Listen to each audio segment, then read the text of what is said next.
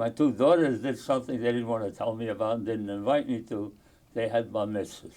I don't go to bar mitzvah. I went, I think, to one bar mitzvah about 40, 50 years ago.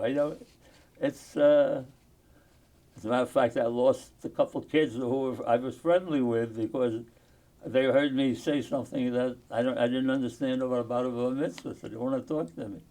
I refused to go to bar mitzvahs or anything. I told them, it's just not me. I don't. And I felt this is the people are going to love hearing this who are very young. Because if you listen to the language that's behind what they're saying at the bar mitzvah, it makes no sense whatsoever. It doesn't say anything. God loves you? That's nice. God loves you? Then he must have loved the Nazi next door. I mean, the whole thing is...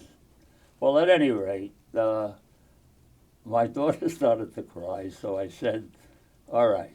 I said, I will go to your bar mitzvah, but don't mention me as the proud father. Don't introduce me. Leave me sit in the back and leave me alone. So we made that deal, and I went to the bar mitzvah.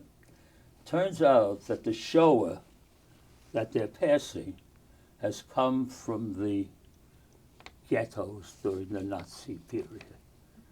And so they're passing it from family to family.